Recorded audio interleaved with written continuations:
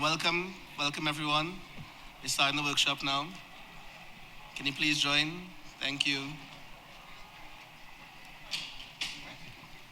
Okay, so good morning, good afternoon, actually in Mexico.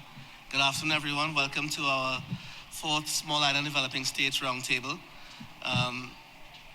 Please join us at the roundtable if you're sitting in the audience. It'll be appreciated so we get the roundtable going. For those who are not familiar with how we operate, we are not running a panel discussion. It's everybody involved in discussion. We're actually having everyone participate as fully as possible. So we'll have some lead discussants who will introduce themselves when they speak. So I won't go through introductions now or anything like that. And just to introduce what the topic is, it's our Small Island Developing States Roundtable, Death, Disaster, and the Internet. So we're going to begin right now, and what I would like to do is first point out that one of our key discussants from Haiti, Stéphane Bruno, was about to discuss with us the work he had done in Haiti after the earthquake. So just before we begin, I would like to ask us to do a moment of silence, and I'm going to play a video just without any audio to show, see on the screen what happened in Haiti. Can I get the video up, please? And just a moment of silence. Thank you. Video, please.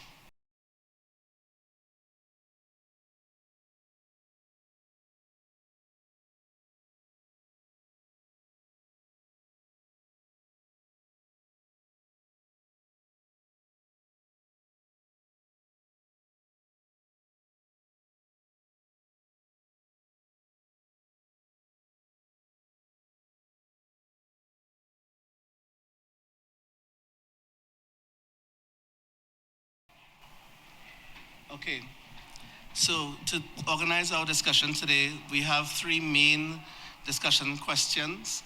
I have them up on the screen now. And those questions are, can we share some real stories of natural and man-made disasters in your region, and how the internet and ICTs in general were utilized to either predict, react to, or recover from the effects of same? What I'm going to do right now is ask one of my colleagues from Jamaica, Carlton Samuels, to introduce himself and perhaps give some insight into what may have happened or his experiences in the Caribbean. Carlton? Thank you, Tracy. My name is Carlton Samuels. I am adjunct at the University of West Indies at Mona, and I do ICT for the consulting across the region. Okay, hope it's better now. So the Caribbean is in the path of hurricanes. It is probably one most people know of, and we are also sitting on faults. So we are also earthquake prone.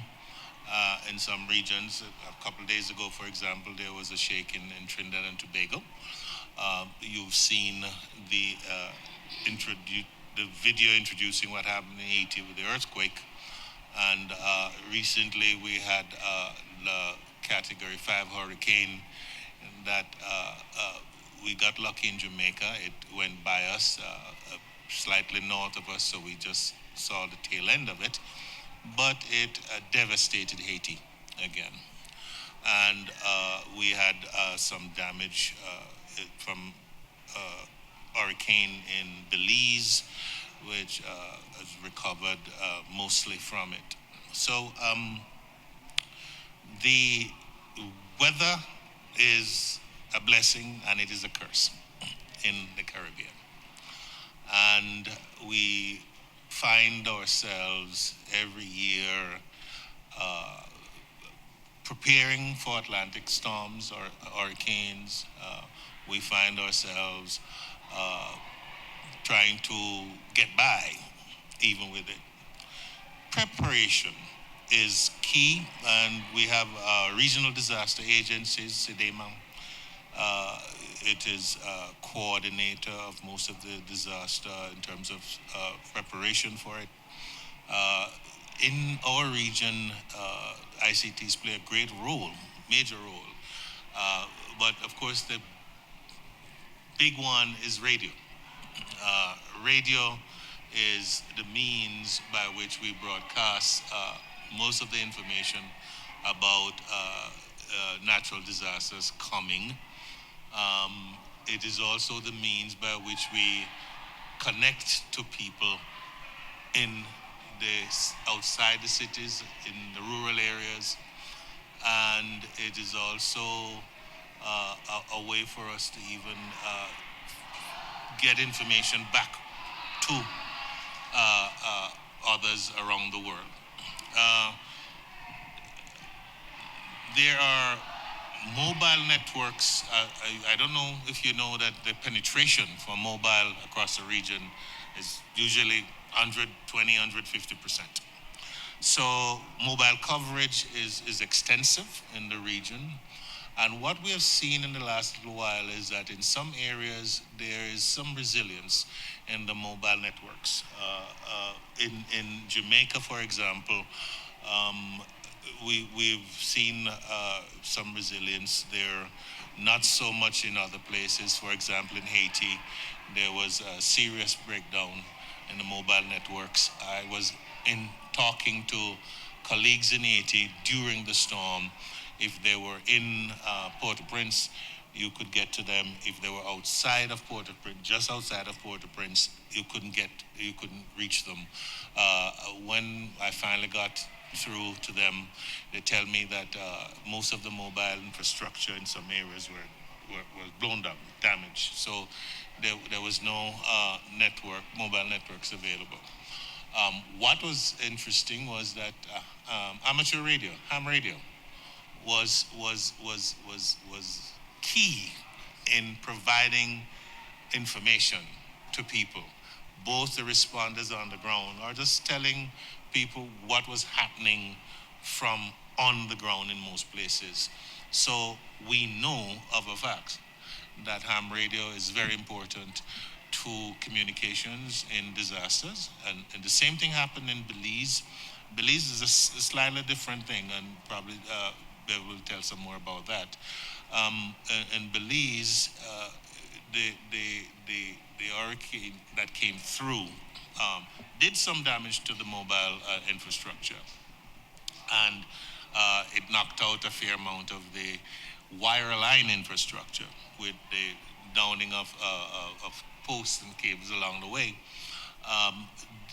But they recovered fairly quickly from it. The one thing that is always a bugbear to recovery is power.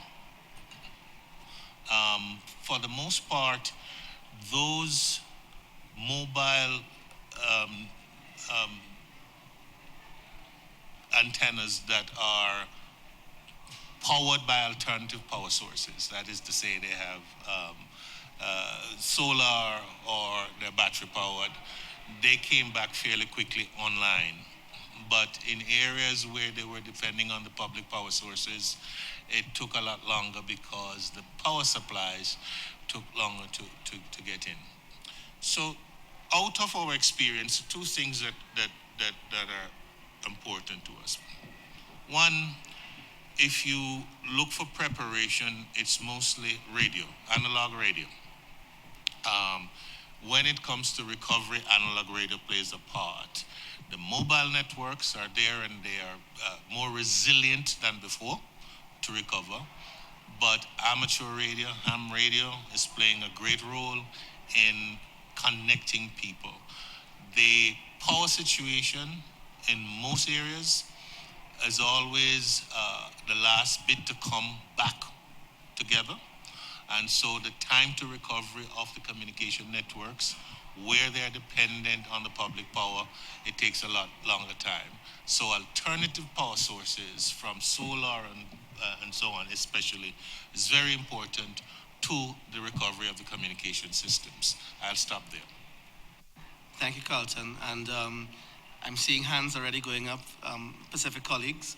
So to balance off the discussion from the Caribbean to Pacific, I'm recognizing colleagues from the Pacific. Sorry? And Thailand has a comment to make now? Japan. Okay, so let's start with just identify yourselves and go ahead. So it's a round table, so go ahead, feel free. Hi, I'm Maureen Hilliard from the Cook Islands. I just actually wanted to raise something that the latest email that I have on in my file is a tsunami warning from Solomon Islands in the Pacific. It's very, very recent, and it's sort of like it's from the UNESCO Pacific sort of like network. And it really warns governments and prepares them for possible tsunami. So the earthquake has happened in the Solomons like just today, and again, the fact that it actually gets a warning out to everyone. And I know that in the Cook Islands, although I don't have a story to share, but the importance of this particular software is really really impacts on people like us. If there's an earthquake, for example, in South America, it warns us to just to prepare for a tsunami. So I just draw that to your attention. Thank you. Yes, hello everybody. My name is Yassine Kalari. I live in the south of the Dominican Republic, close to the Haitian border. And I wanted to tell 2 points on top of what Carlton was saying about the earthquake in Haiti in 12 Janvier 2010, 12 January 2010. That day, the day after, I was in contact with Stéphane Bruno. He had one of his nephews got injured by the earthquake. And I was in contact with Renaud Guerrier, who's another colleague of us in the Caribbean, who was warning us that the antennas on the top of Boutillier, which is on the top of Port-au-Prince, they were running on generators. So diesel generators, very old diesel generators. Then once they stop, if they run out of diesel, it's very hard to restart them. So the issue was I'm talking about the next day. There was no government, no nothing. I was in contact with Skype with Renaud and SMS with Stéphane. So at the same time trying to get an ambulance from the DR to get his nephew. And getting in contact with the authorities of the Dominican Republic, the regulator. The head of the regulator sent his driver to get 50-gallon drums, go to the border, fill them with the diesel, and go into Port-au-Prince and try to go up the hill, because the trucks could not go up the hill because the road was broken. So heavy trucks with diesel could not go to feed in the diesel generators. So that was the first thing, how to keep the signal, because Stéphane, on the other hand, was telling us through SMS, it's very important to keep the signal because rescuers are working on SMS to get people under the rubble. So, but we had to get the diesel, and there was no authorities. Okay, so that was the thing. And the third thing was, the people who do the work, who maintain all these systems and networks and things, they were running to their houses, see if their family was still alive, and looking how to feed their family.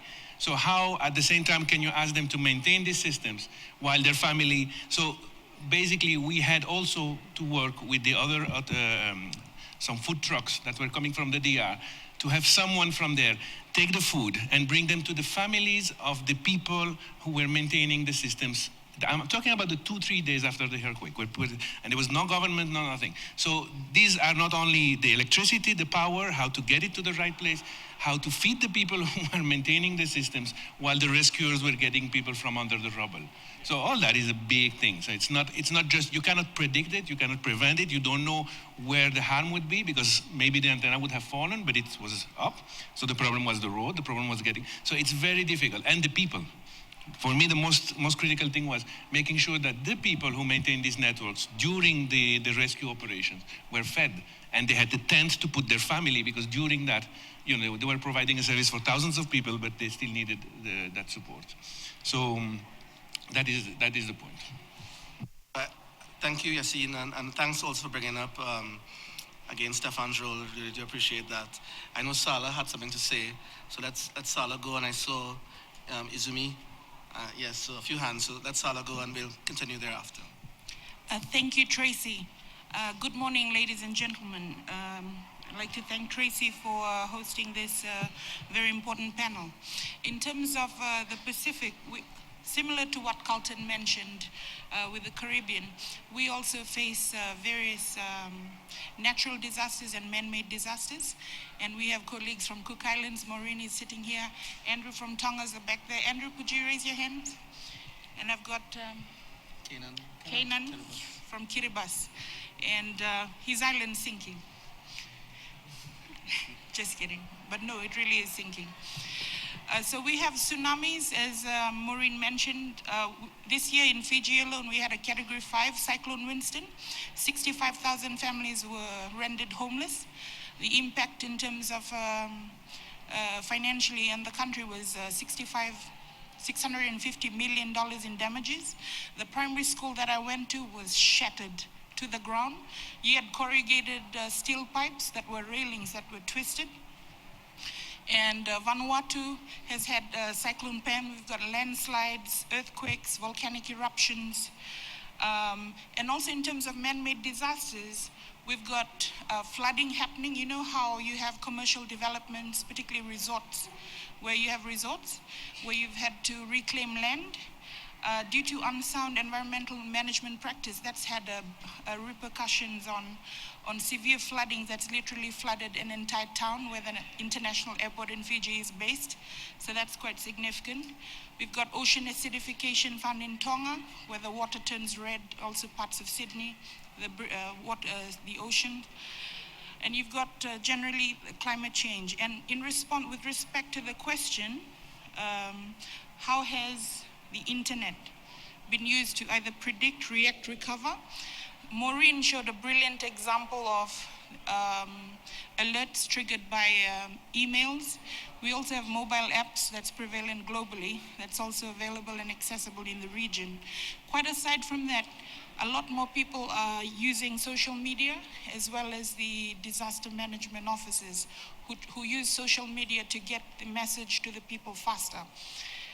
And in terms of reaction, I'm speaking in my personal capacity. I was a volunteer during Cyclone Winston in one of the provinces that had the most damage to their electrical and telephone power lines. So what that meant was the landline was completely down, ATMs were completely inaccessible, chaos, conflict, and that sort of thing. And also other examples of how internet was used to mitigate the risks. We saw the community, the internet community in the Pacific, use GIS more powerfully in ways that preceded the past 3 years. For example, if you go to the Fiji roads, and I like what Yassine said about the diesel, because we can actually relate, because we're islands, 330 islands in Fiji scattered across. In Fiji, we literally had jetties damaged, which meant that the ships had nowhere to dock. So in terms of taking relief supplies, there was no capacity in-house, even within the country, even with ships and Navy and the naval fleet, to respond. So we had to rely on our neighbors. Thank you, Gunella, for paying your taxes, Australia, New Zealand, and the French, and Runabout Asia, who flew in to sort of help rehabilitate. And in terms of recovery, the recovery process is still ongoing. The internet has been an amazing platform in the sense that it's brought greater social awareness, brought greater capacity for crowdsourcing information and needs in a very coherent manner, and I'll stop there. Thank you, Tracy. Thank you very much. I saw quite a few hands go up. So Izumi, I saw Ganella, I'm seeing Glenn. So what we'll do, we're going to have, let's say, 5 more minutes to try and get some of those cases out before we move on. So let's just round the room and proceed. Go ahead, Izumi. Okay, in 1995, a big earthquake hit Kobe, where Internet's first global conference was held 3 years back, and also Internet was widely used, especially the city government had their website 20 years ago. We didn't quite take the lessons from Kobe all the way to the 3/11, 2011, a big another earthquake and tsunami hit Japan. And I was relatively more or less directly involved with relief works, trying to use ICT, internet and mobile. And we did some study and we tried to help municipalities and stuff. Too many stories within this time, so I wouldn't elaborate much. Even after that, we invited APT guys from Indonesia. How many of you know APT?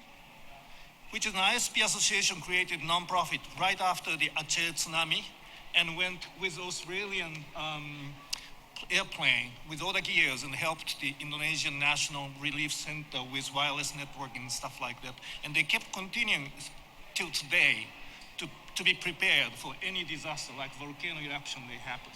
Valence Riadi is the guy who was leading. So we learned from them. We tried to have another team in Japan called IT DOT. We established last year as a voluntary nonprofit and went to Kumamoto earthquake first time this year in April, where more than 50 people were killed. And I was part of the scouting team and tried to help the volunteer centers and municipalities with, say, printers, wireless, tablet and stuff. Some of them we already had started to talk with the mobile operators before it happened. And we also did some study of what are the real issues and problems that we can better serve for the next round. We are continuing to do so, as well as I went to Fiji last year in July, that APT, the Asia Pacific Telecommunity, hosted a workshop on disaster and ICT. And myself and another Kobe veteran guy were asked to play a role-playing exercise of all the government guys and industry guys and others of 80 people. It's a real sort of psychological simulation exercise. What if it's hit now by tsunami? You assemble a team and you're tasked by small groups, and it's really it tells you in a logical manner of what to do, but your instinct, you have to face the situation and stuff like that, which was very much well appreciated to some degree, and we may do it again. And last but not least, we went to Nepal about a month after the earthquake last year, trying to help the Nepali wireless networking. Mahabir Upun, who was the John Postel Award 2014, by putting all the wireless networks inside the Himalayan mountains. Many of the villages who used to have the wireless network equipment were destroyed, so we're trying to restore some of them. I'm flying next month and also conduct how effective these use are. We often talk about how nice to have the internet for relief works and stuff, but there are very few evidences or empirical studies that you can show. We spoke with UN guys in Nepal or Kathmandu that time, and they, in theory, recognize the need for the citizens to have the connectivity, but their sort of disaster relief special teams equipment are usually geared to the special volunteers and NGOs and UN bodies. They're talking about community communication program as a future project last year. I'm not too sure. But the beauty of the internet or mobile is that those guys who are really hit can send them information, we need this or we need that, directly. And so if you can manage to have a good database and logistical system using these use or application are more important than the infrastructure. And I think we need to share a lot of evidences or studies and knowledges for years to come. Japan or Tokyo is considered to have a real major catastrophic within 10 to 30 years. All people say that, but we are not really prepared. Well, thank you, Izumi, for that stunning information there. Is it Ganella? Is it you next?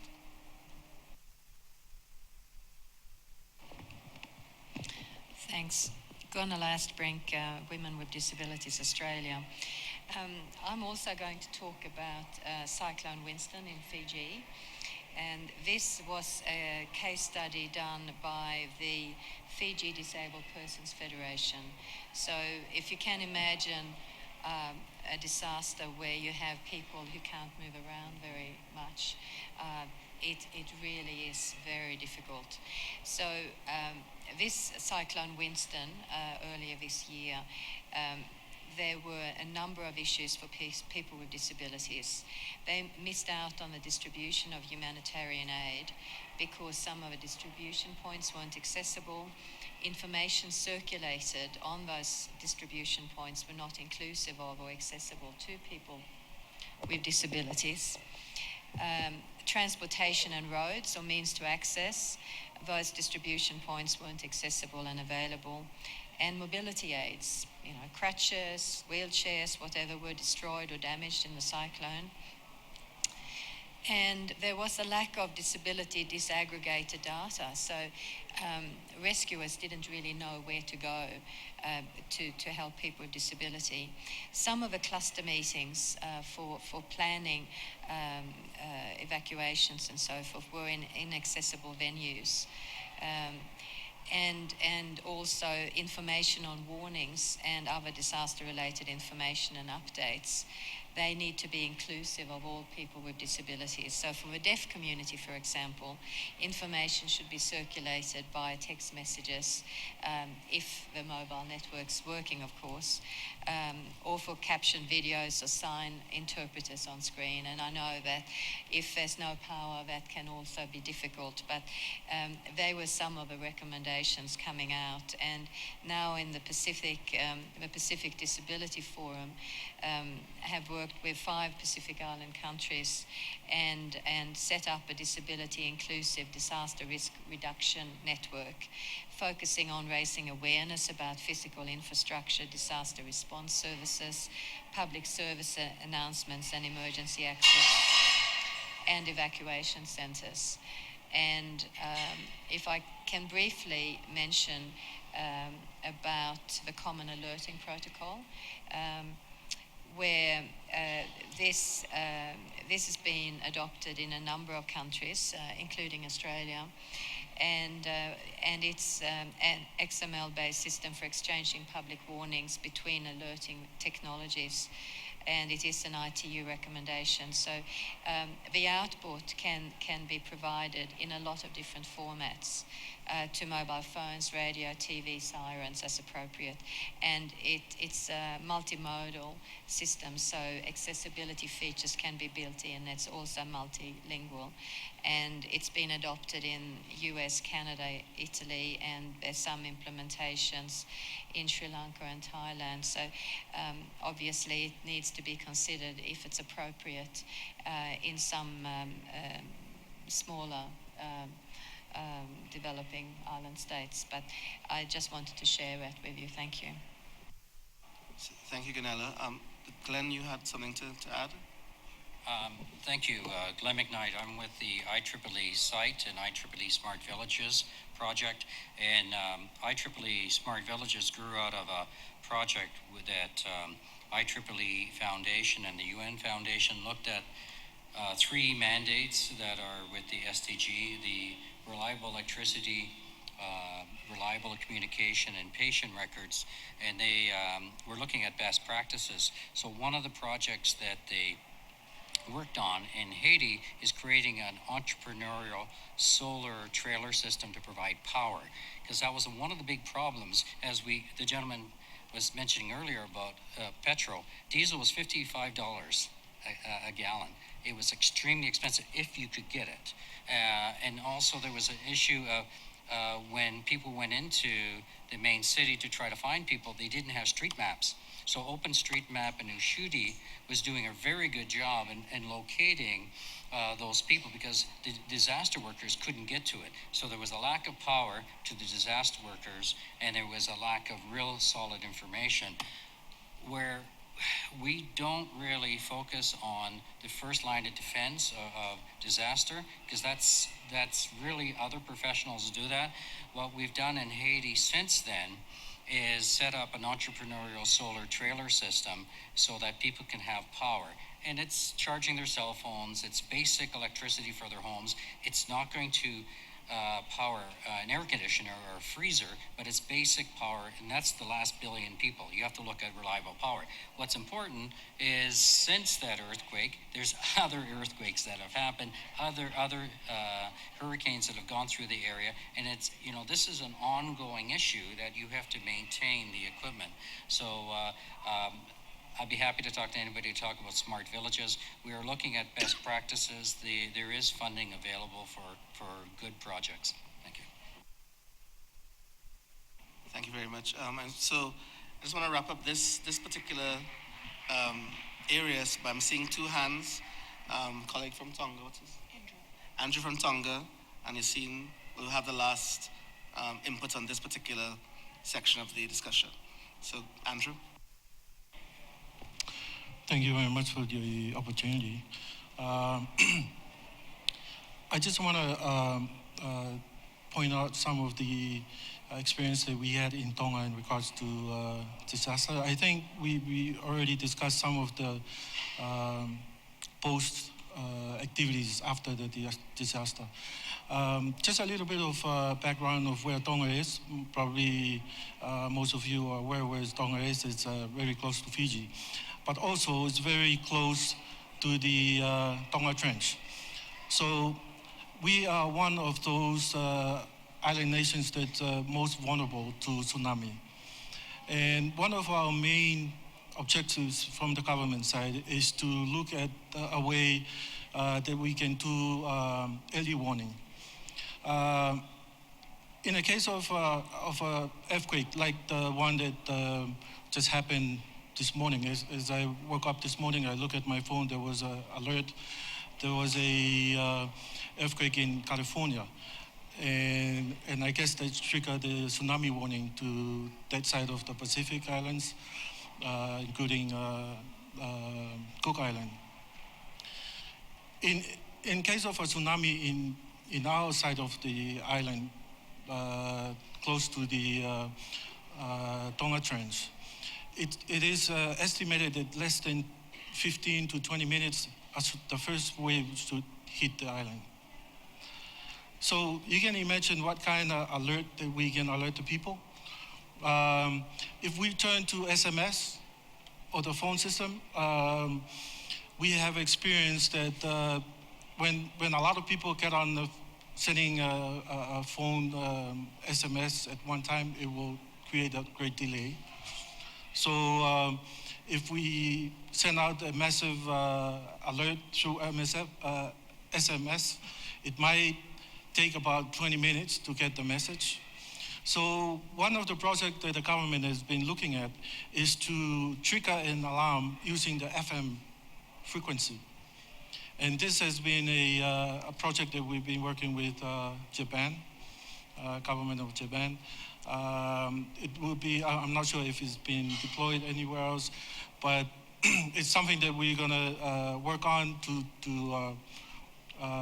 trigger an alarm using a radio, and it will disseminate a warning to households and key people.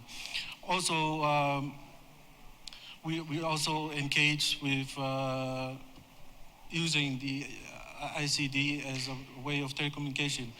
One thing that we have learned from the past, one of the cyclones that hit one of our islands group, it destroyed the whole infrastructure for telecommunication. There was no way talking on the phone or mobile or anything. So what we turned to was to turn to a VSAT system. As soon as we activated the VSAT system, we can use it for voice over IP communication. And I think it's one way for the Pacific. It might be different situation in other areas, but in our areas, with a small infrastructure like that, once it's been destroyed, the left client, there's no other means of communication. So we turn to ICD as a means of a solution for the communication.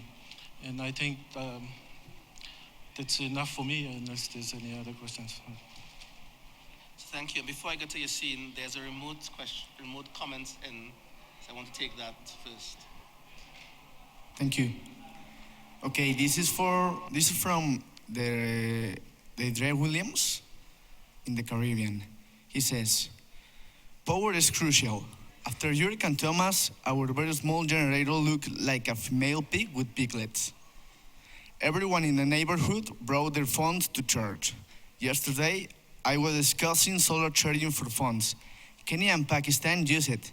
The Caribbean and the Pacific Island don't seem to be aware of it. These are phone-sized, inexpensive solar chargers. I second Carlton about the importance of ham radio during and immediately after at least hurricanes." That's it. That's the message from Dre Williams. Thank you. Thank you, Deirdre, and Deirdre's from St. Lucia, and it's a she, so hi, Deirdre. So Yassine? Yes, two things. So a lot of smart systems, technology solutions, small scale happening in a pilot. How do you scale up? How do you make it government adopt that as a national policy to prepare the communities to have those systems? That's my question, because it's nice to have a thing that works one day in one place with foreign NGOs coming and doing the thing, and it's very different from having a national system on place and working after. So when you never know when the earthquake came, or you little days before when the hurricane come, but how you make that is everywhere. It has to be a national policy, and how do you convince government to get those systems in place? That's the first thing. The second thing, what was the second thing?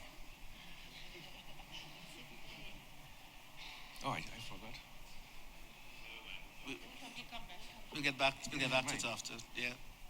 So, Yassine, I'll move on to the next question, and maybe we could get that slide back up, up steam.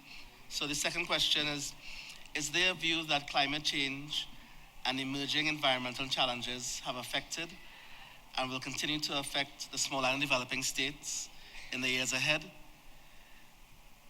Is our increasing use of the internet and internet-related technologies contributing in any way to these challenges? So it's not up on the screen now, but I guess that's straightforward. So climate change and how it's affecting small island states and the challenges that we are facing. So I think my colleague Ria, who will introduce herself, will start the discussion.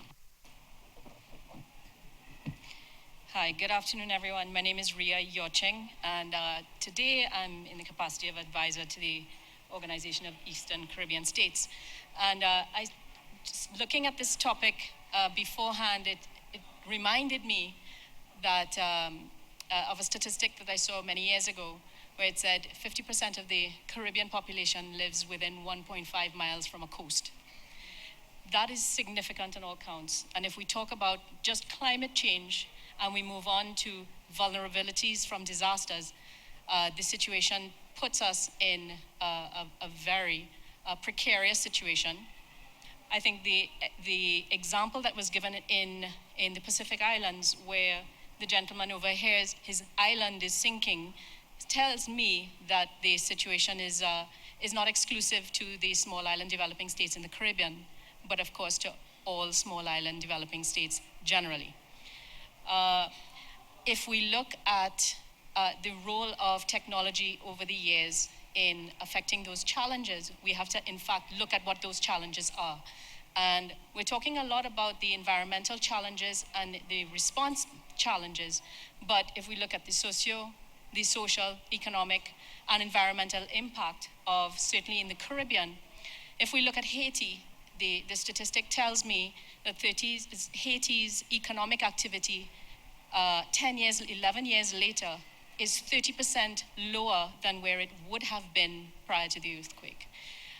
If we look at some other statistics like hurricanes that passed through, I think it was I don't remember the name of it, that passed through Antigua and Barbuda, 200% of that country's GDP was wiped out from that hurricane alone. And if we even look at the population dynamics, which is where we need to extract our resources from, our skills base from, even if we look at 20 years later, at the example of Montserrat, Montserrat had a population of 12,000 people in 1995. Today, there's a population of 5,000. So the population never recovered. And Montserrat's chief claim has always been, I do not have the base of skills anymore to be able to even counteract some of the, or mitigate some of the issues facing us, or even take advantage of some of the technologies.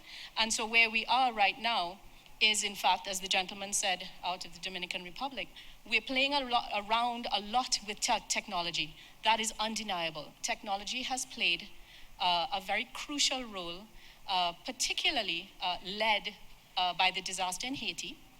We saw some extraordinary things happening, but they're still very isolated.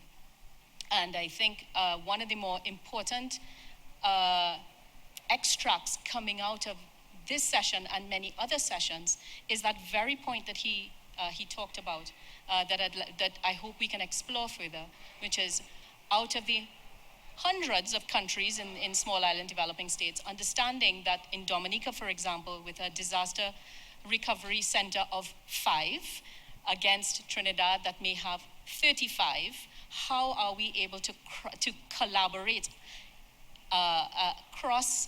cross-fertilize our interests, our resources, our ideas, our technologies in a real way that reduces the burden from any one country to be able to do it all.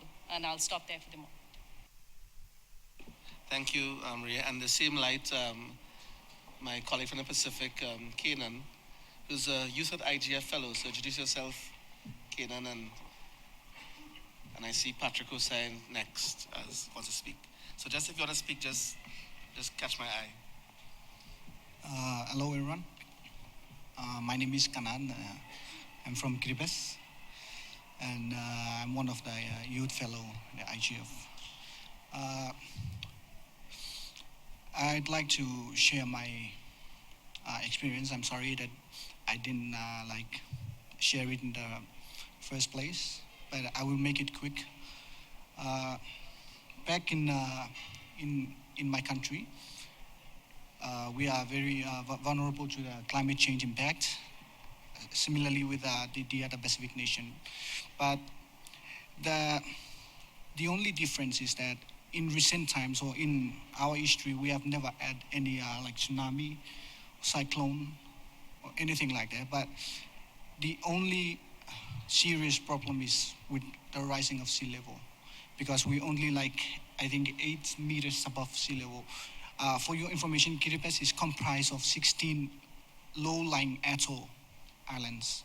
So if the tsunami or cyclone were to hit Kiribati directly or straightly, it will wipe out not only the infrastructure, but the lives of the people of Kiribati. So that is what we, in recent times, the only problem is with the rise of sea level when the king tides coming into the land. But there are sometimes I think in last year when the beginning of this year when Cyclone Pam hit Tonga or Solomon Islands, yeah, and the effect is reaching our lands. And regarding the internet or the technology, how it can be used as for predicting the disaster, the technology in my country is not that advanced. So the only thing that we use is the meteorological predictions that were distributed in the media, on Facebook, and aired on the radio. So that is the only thing that we use to make public awareness to the people before the disaster. But it's really important because it comes on time to avoid our problems, especially those who live by the shore. But for the second question, if it were to happen, I'm sure, yeah, it will wipe out not only the infrastructure, but everything, yeah. I think that is all I have to share with you today, and thank you.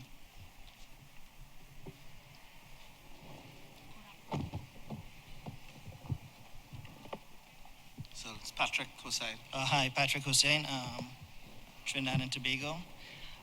We have no recent, major disasters that I could talk about. And in some ways, it's bad in that we've become complacent and we are not making the preparations that we should make when it does happen. So in terms of research, we have been trying to do some research in these areas, but I think collaboration with many of these islands would be great because you have a lot more experience in some of these things that we are trying to do.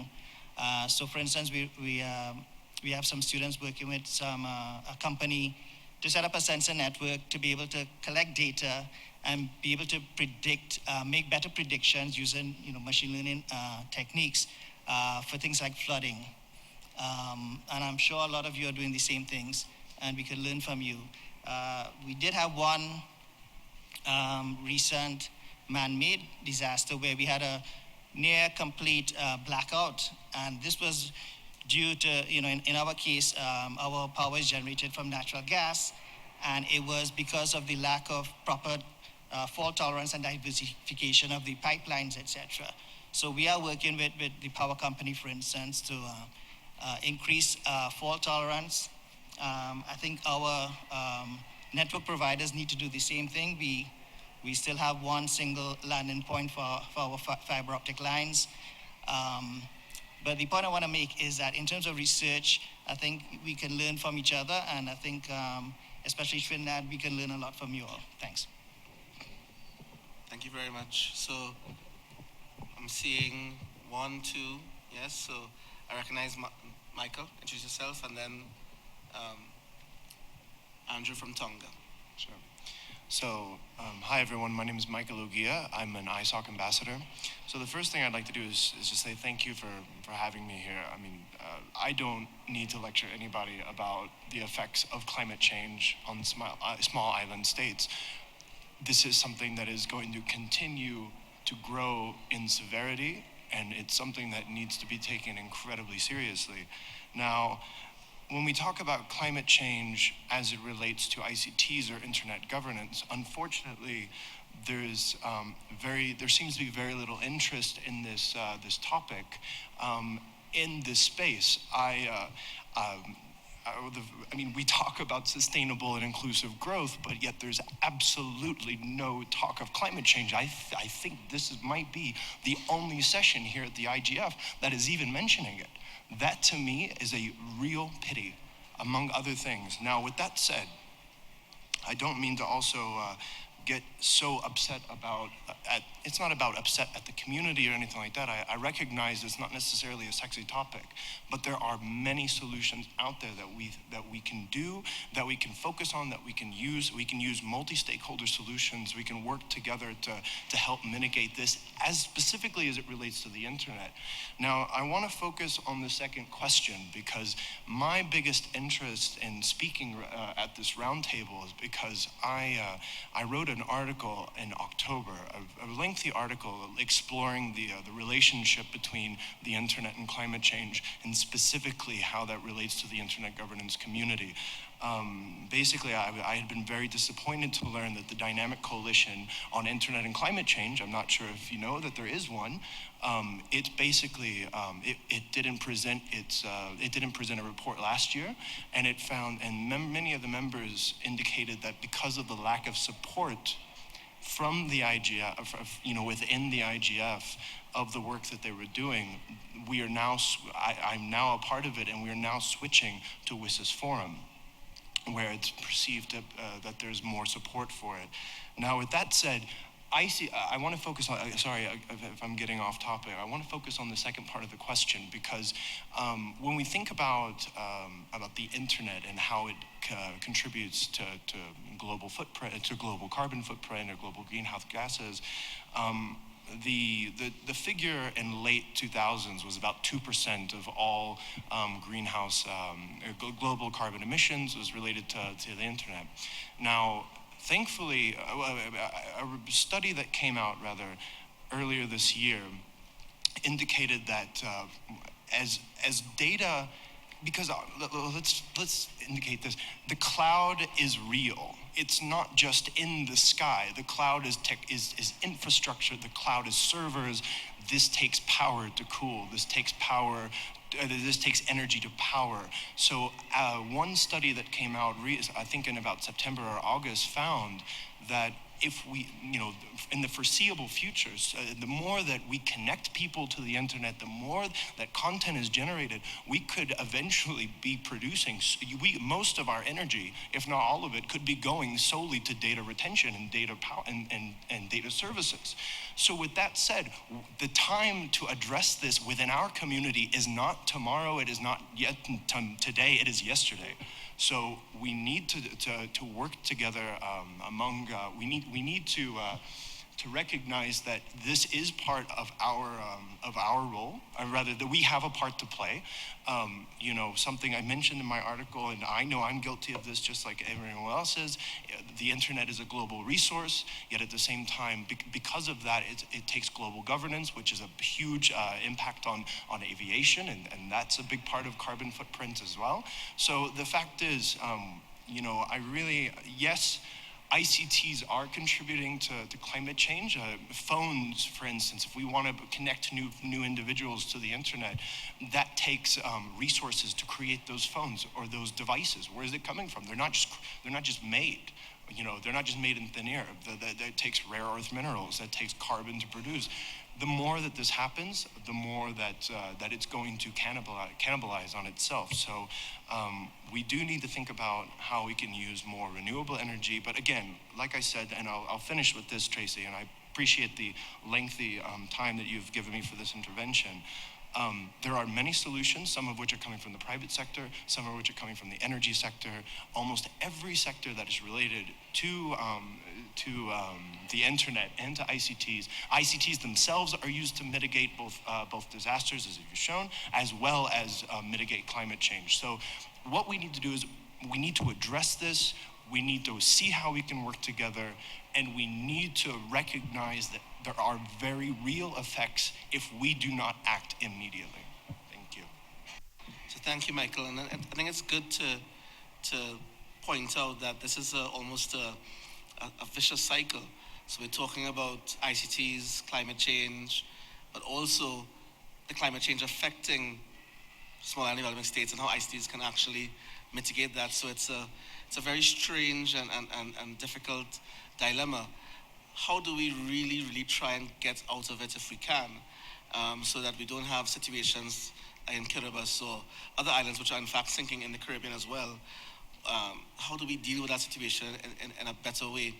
My colleague Salah reminds me that we can probably use something like a dynamic coalition to deal with the issue, and perhaps one of the things we can do is have something on small island developing states where we can sort of continue the discussion cross geographics and have climate change as an issue coming out of the regions where it probably affects us the most, in which case it would not die a natural death, it would actually live a good life, so to speak. So with that, I would, I think Sally, you wanted to say something on it first. So recognizing SIDS to respond to the climate change, that SIDS DC, and I'm seeing a few other hands as well. So, no, go ahead. You just respond to that quickly, and then we'll go back. So just very quickly, in terms of the potential for dynamic coalition on SIDS, on Friday when we have the taking stock session, I would encourage you to get up, take the mic, and ask for dynamic coalition on SIDS. The other thing also, given the vulnerability of small island developing states, I know one of it hasn't spoken, but Thailand is sitting there, and Indonesia, who's not here. Is there anyone from Indonesia here? In fact, their representative to the UN chairs the UN Second Committee, which is in charge of infrastructure. And so there's a lot of that funding, and our governments have signed off on the Addis Ababa Action Agenda. So that's one. But going back to what the point that Mike raised, it's a very, in terms of advocating, this is very simple, really. If you look at the mandate for this next 10 years of internet governance, for the next 10 years of internet governance, there's a strong emphasis on sustainable development goals.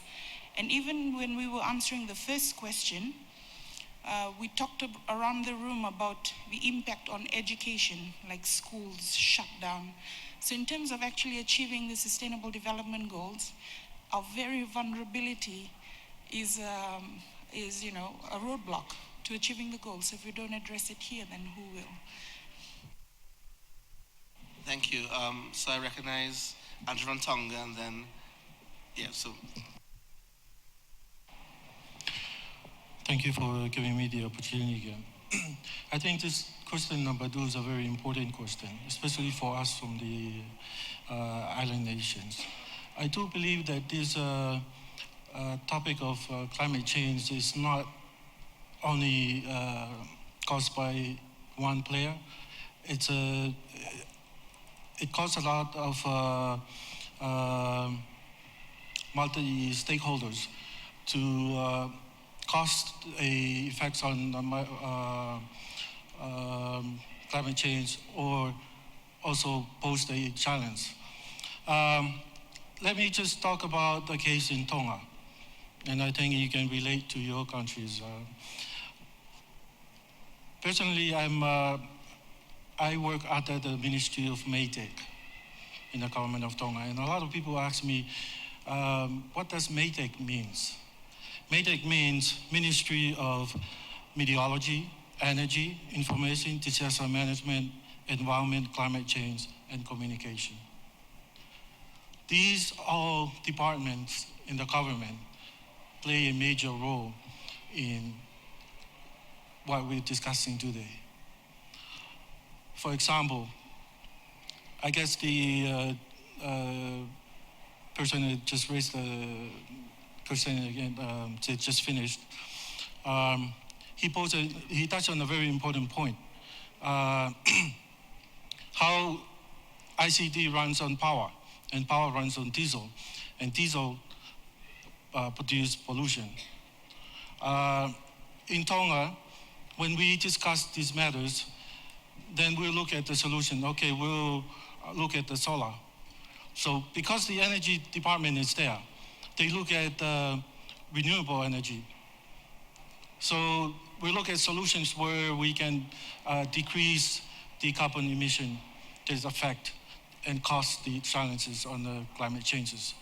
When we look at disposal of electronics that also cause challenges on climate changes, we look at getting a e-government project where it can minimize the use of servers and also disseminate the information through electronic instead of using paper. And I think those are the stuff that we are looking at, and I think the government of Tonga has already put together a strategy where we can put together this main component that can address the issues of the climate change. And they are all under one roof. And every week that they discuss these issues, and each have to come up with a solution with any issues or any proposal that come from energy or come from ICD. You know, they all look at how it's going to affect the whole country in regards to these issues. And I think this is just an experience that I would like to share with you in regards to question number 2. Thank you. Thank you. And Teresa? Thanks a lot, Tracy, for organizing this workshop. I'm Teresa Horeisova, and now I always want to check how my name is spelled. Teresa Horeisova from Diplo Foundation, and I would like to take this opportunity to share with you some of our activities that we have undertaken recently that might be interesting for some of you around the table and participating remotely. As you may be aware, Diplo Foundation, basically our main mission is to help small and developing countries to participate more efficiently in the global policy processes. That's how Diplo was born, and that's kind of the underlying objective we have in our project.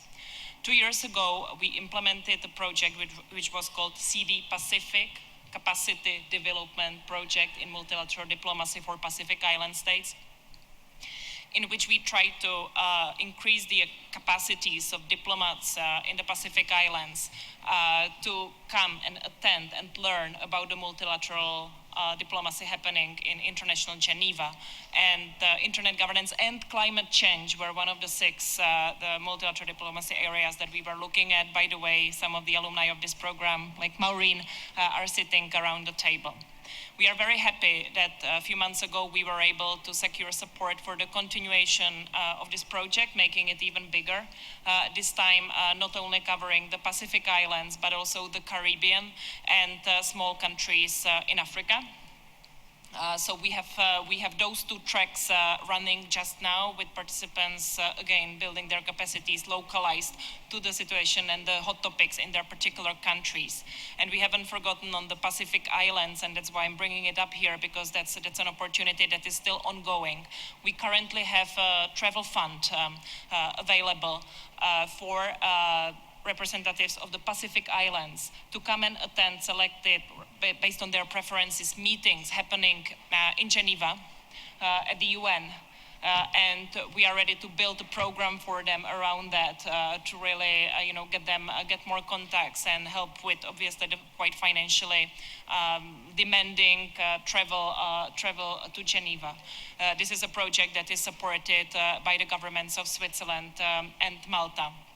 And I would like to encourage any of you who would like to learn more to either just go to the Diplo website or talk to me after the session or at the Diplo booth, and we will be happy to tailor the program to the particular needs of the person in question, because this will be really kind of individual support. Thank you, Tracy, for giving me the opportunity.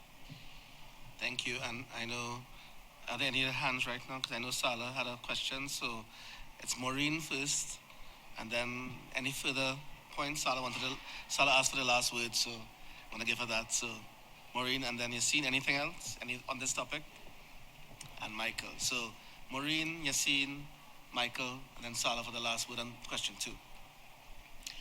I'd just like to, first of all, follow on from Teresa's offer to Pacific Islands, which is very gratefully received. Having been a recipient of one of the Diplo fellowships to Geneva, an excellent opportunity. And I think too that if we can organise something based on the sorts of things that we're talking about today with climate change and disaster risk management, fantastic. But I also think too, just listening to the discussions that we've had about the sort of like all the ideas that are coming through from the different, the different areas of our SIDS, that greater collaboration. We do need to have a coalition. We do need to have a dynamic coalition so that we can actually share and make these more formal, some of these ideas. What I wanted to raise initially was, within the Cook Islands, we've sort of developed a geo portal, which is a sort of collection of all the technical sort of like information that is available for the people who are, as role it is to help out. But before they actually put that together, one of the interesting things was that first they researched within the outer islands. Remembering too that the Cook Islands, outer islands, are very similar to Kiribati and some of the smaller islands and some of the across the Pacific. Many of them are about 200 meters across. So when you've got a tiny island on which people live, that's only that. From you can see one side of the island from the other. It makes it very, sort of like very much at risk. See it coming, and I think that one of the things people have lived on these islands for generations, and before they put together their information to sort of like help people for their portal, they actually went and spoke to the elders of these islands and looked at the natural technologies, the traditional ways in which they had protected themselves. And I mean, it's one of the reasons why, each of our islands, I mean, I know that some of them have been real biggies and there have been tragedies, but over the many, many years of cyclones and all those other sorts of things that have happened in the Pacific, very few people have died because they are prepared. And they're prepared because they've got their own systems. And what we've tried to do in the preparedness within using the technology is to incorporate some of those traditional ways and things and to insist that they actually continue. But there are other ways in which we can communicate that, because one of the things that they were saying, how did you know that there were things like the trees, the fruit on the trees were more flourished more, or plants behaved differently, or birds and all those sorts of things. So, I mean, they're all important, and we just don't want them to forget. Thank you. Climate change, in Jamaica they say everything is everything, right? I don't know how they say it in Trinidad, but in Jamaica, everything is everything, and this is very wise. Climate change is not just disasters, it's really affecting livelihoods. Where I live in the south of the DR, Dominican Republic, we used to rely on coffee. It's mountains going down to the sea. Now, for many years, the price of coffee went down. People went to town. It's a very poor area. I mean, we have the lower development indicators in the Dominican Republic in that part. But then now, since a few years, the 1 degree up, or I don't know, half a degree, the coffee is no more producing what it used to produce. It's already a old plantations and very small plantations, small farmers who don't have capital to invest in technology or in replanting everything. And then now we got a new thing, the dust, the roya, la roya del café. It's a dust that comes. So this is 3 years we're not producing coffee anymore. So people are cutting the coffee to plant quick, fast, cash crops. And those, basically you cut, you burn, you plant, and then the first rain, it's erosion, and then it will provoke a disaster. So we have a disaster in terms of income, we have a disaster. So how can ICTs address all that? It's not a matter of emergency, it's a matter of rural development, having a new alternative way of sustainable agriculture, etc., etc. How do you do that in a community? It's not ICTs alone. You need organizations, you need empowerment, you need farmers associations that have a plan to sell their crops in a way that it gets enough income to rebuild their capacity of survival and all these things. So it's not just about emergency, it's about rural development really. So and there comes, how do you work? Yeah, and sustainable, yes, of course. And I remember, I mean, it's not sexy anymore, but telecenters, I mean, I was working telecenters some 20 years ago, I mean, still for many years, and we're looking at solutions. If I think about those solutions about power and bringing things, how you empower the community so they own the thing. Because once the NGO gone, or once the government change, or once the things tend to fail or to stop being used, and people take the solar panels or the batteries or the whatever, and nothing is happening. So how do you have your everything is everything plan? And ICTs can play a big role here, but it's not about ICTs. Thank you, Sin. So Sala, you have the last word on this particular topic. Oh, Michael, sorry, yes. Michael had a second to last word. I'll be quick. First of all, it's a system. You're absolutely right, and I want to help close this particular question on a more positive note. Because please don't translate the urgency of this issue, or my perceived concern for it, into any kind of helplessness. Because I want to just read quickly just one passage from this article I wrote. There are many reasons to be hopeful. Solutions are manifesting in a variety of ways, led by actors across stakeholder groups, and many of these solutions specifically seek to discern how the internet and ICTs can become completely sustainable in the future, as well as better address and ultimately help solve 21st century challenges. Of course, that will only happen if we collaborate together. Thank you. Now Sala has the last word. Thank you, Michael. Thank you. I'm just going to twist it a little bit, if that's okay. Right. So Tuvalu, people think that the largest revenue stream for Tuvalu is fisheries, but it's not. It's actually from the lease of .tv. But what actually goes to Tuvalu?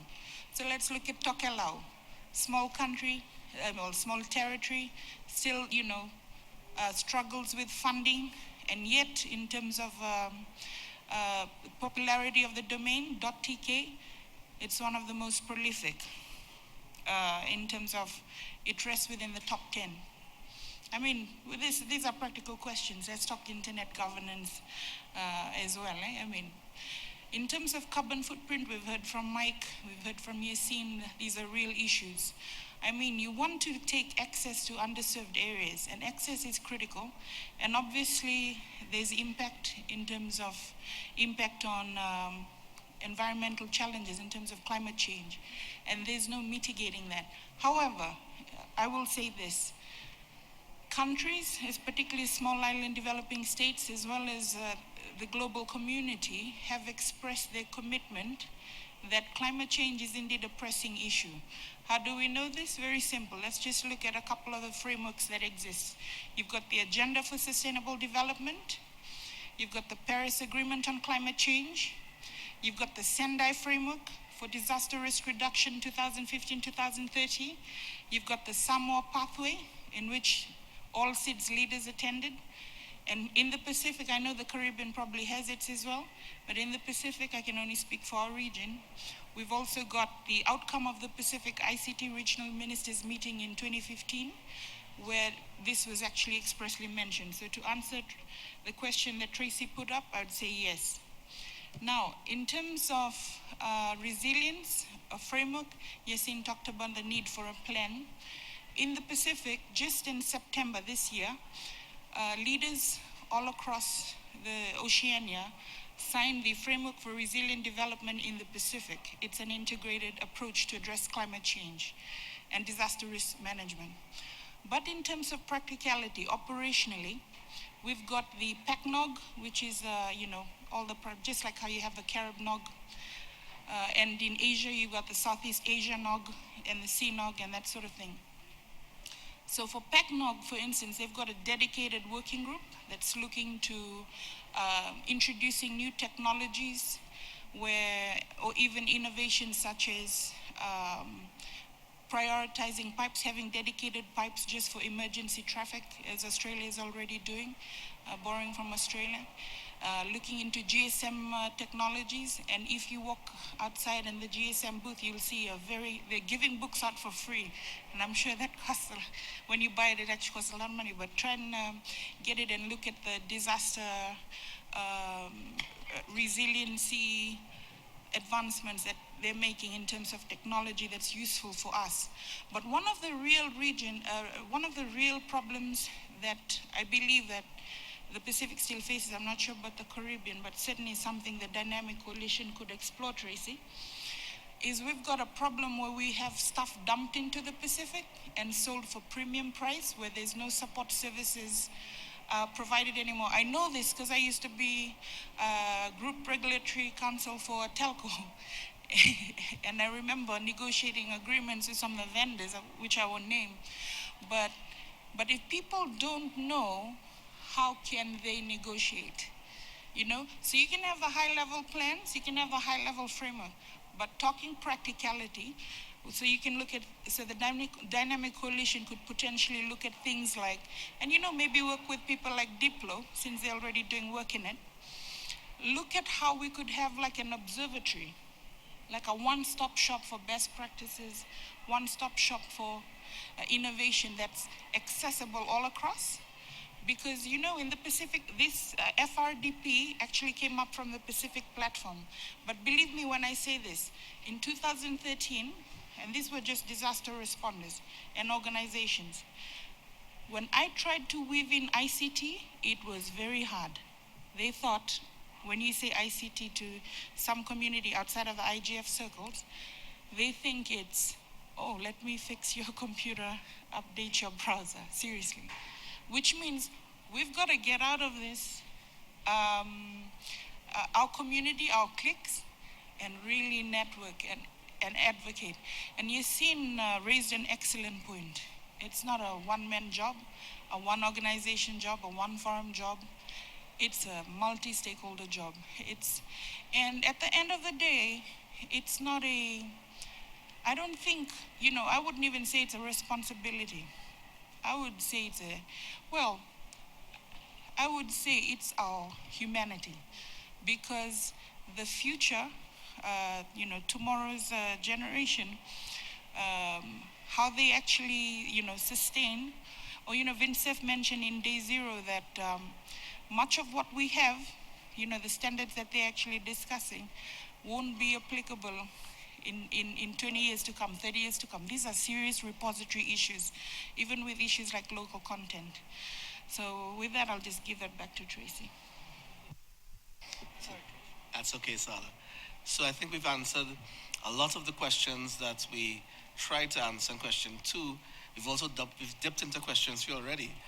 So that's great, because we only have 10 minutes left.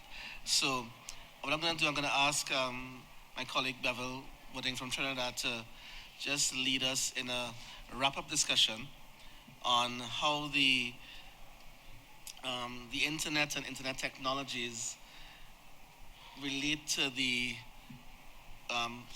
SIDS, but linking them to the SDGs, the UN's Sustainable Development Goals, and give some hope and optimism as to what we can do next, provide some possible solutions. So, Bevel? Thank you, Tracy.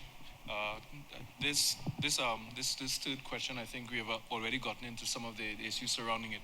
The UN has given 17 Sustainable Development Goals, or SDGs, and they revolve around issues of no poverty, no hunger, good health, and so on. And if you think about the concept, if you think about the objectives from a small island developing state standpoint, these are things that we all aspire to. And in a very real way, these are things that require technology to achieve. So when you consider the use of the internet and internet-based technologies in SIDS, in small island developing states, a lot of the points that have been already made come to the fore. One is the issue of focusing not just on the technical aspects of technology, but on the people aspects of technology. There is no effective technology deployment without first having a set of human relationships in place. And if you look at if you consider the lowest common denominator of what the technologies are seeking to achieve, there are things that we all can rally around and things that we're already moving toward. And one is community empowerment. And in that regard, I think the small island developing states actually have an advantage. And the advantage is that it is very easy for us to mobilize communities. And it is also very easy for us to look across our various communities, whether we're in the Pacific or in the Caribbean, and find points of common interest and find points of common opportunity. So an example or a best practice or a learning in one jurisdiction can easily transport itself or transpose itself into another. And so to me, the issue with the technology becomes not which specific technical innovation can be applied, but how can we use technology to see each other better, to see what we are doing, to see how we are doing it, to see where we are doing it, to see what works and what doesn't, so that we can quickly or swiftly move toward refinement, evolution, solution development, and ultimately toward the achievement of the development agenda. Which brings me to the second point that swirls around the use of technology in small island states, and that is the education component. And it is related to how we see each other. Technology can and does open opportunities for education and awareness and so on. But to me, there is an opportunity again for us to redefine how we consider what is education and how do we come to a place of awareness of what opportunities are. One of the earlier discussions floated around the issue that there is local knowledge, there is wisdom in the elders. How much of that wisdom is available to a generation that by default searches for it online? And so when you consider what can be practical for us to do is to make that connection between an existing repository of offline wisdom or knowledge and its transposition into an online world that allows for values to be shared, that allows for insights to be understood, that allows for new dialogue to take place, that connects one generation to another. And so to kind of wrap up this part of my statement, if we look at technology, if we look at internet technology and opportunities for small island developing states, what we're really looking at is a way to translate in digital terms the learnings, the opportunities, the interests, the objectives that already exist in the real world into a shareable, collaborative space that allows us to really leverage the best of who we are as small islands. Thank you, Bill, for starting us that almost final discussion off. So I see Kevin Swift from LACNIC wants to take the floor. By the way, Glenn, can you just stay back 5 minutes? I want to talk to you after the meeting. Thanks. All right. So Kevin, go ahead. Thanks very much, Tracy, and thanks again for organizing this space within the IGF. I was debating a bit as to when to make this intervention because I wanted to relate a bit of LACNIC's experience, and I think it just cuts across a number of the issues here.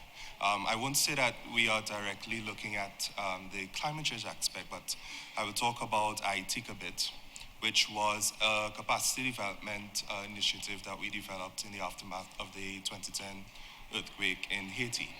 We relied, so what has happened in that instance is that from a planning perspective, we were looking at the analytical capacity of the Haitian authorities when they came up with their recovery plan. We noticed what their gaps were in terms of IT, HR resource. And as a result, we decided to run a program, and we ran it in 2013 and 2014, in just building capacity for people who worked directly in building and maintaining IT networks within Haiti. The evolution of this program, one of the things we noticed is that we always had concerns about sustainability and scalability. With sustainability and scalability, and since we are on the topic of IT and ICT, we felt that we needed to put it towards a direction where what we did needed to be on an online platform, and it needed to reach not only the folks who are based in Port-au-Prince and who had benefited before from the program, but in other parts of the country which are a bit less favored, particularly the provinces in Haiti and other disfavored categories such as young women and girls who are looking for economic opportunities. So the program is heading in a direction now where we are working collaboratively with entities in Haiti. I think that was one of the major successes we've had over the years. We are not saying what Haitians should do, but we actually are in partnership with a consortium of 3 Haitian entities who tell us what the Haitian IT community really needs. We are doing or changing the capacity effort to now look at providing opportunities, entrepreneurial opportunities and other business support opportunities for disfavored groups, and we're looking at it at an inclusive, from an inclusive standpoint, not only based at Port-au-Prince, but leveraging other initiatives. There are many initiatives in Haiti developing infrastructure in the community, so we're not duplicating work, we're really just becoming more smart about how we collaborate and how we really try to effect change in this scenario. Before I give up the mic, I just wanted to pass over to my colleague Carlos, who also had a general comment about infrastructure and other things I think that were related in the conversation before.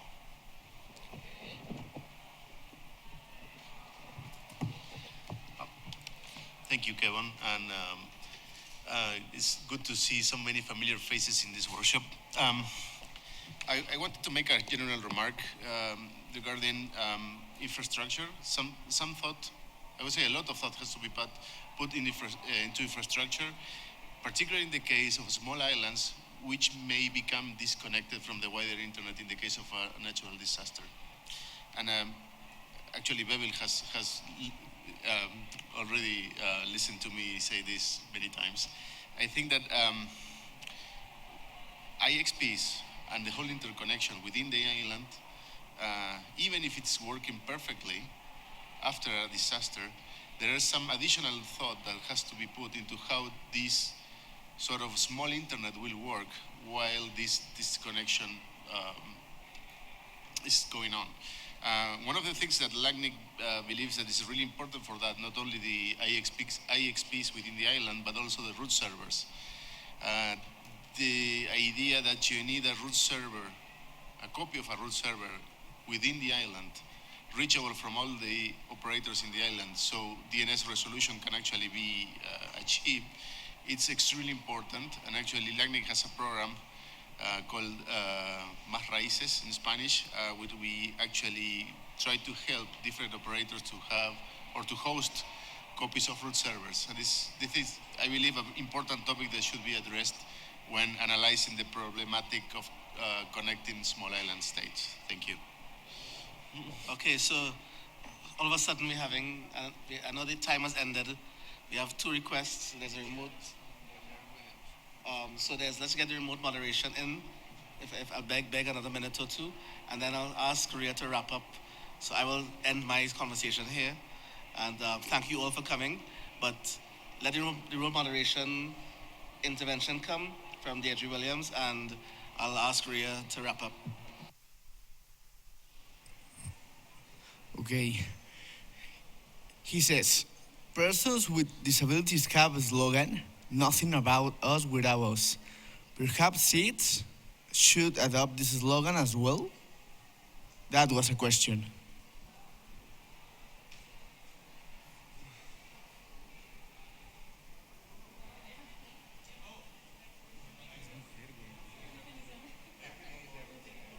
Okay, thank you, Deirdre. Thank you. So in the interest of time, we can't answer the question, but I guess the answer is yes. And I'm going to pass to Rhea for Rhea to wrap up on my behalf. Thank you. Do you want me to wrap up the number 3? Because I think that's where I'll try to encapsulate because I have 1 minute. So essentially, discussing around the table, the small island developing states in Pacific, in the Caribbean, we essentially feel the same effects, climate change, disaster, and so on. There are many examples of where technology is being used in isolated and sometimes collaborative fashions to be able to overcome or mitigate some of the effects of climate change. But we have recognized that more must be done, but more must be done in a more cohesive and collaborative way. And there is also a significant sense of urgency in order to mitigate some of the present effects and of course, some of the future effects that are not so future in some of our present cases.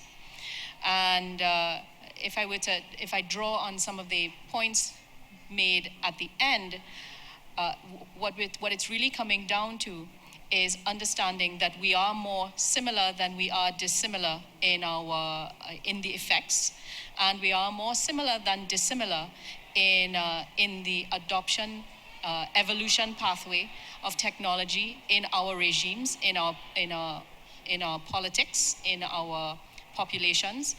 And one of the key components that also came out was this is not simply about technology, and that we must be able to incorporate many of the institutional, inherent and traditional and cultural practices into the management and mitigation of climate change and disaster management as we go forward with this.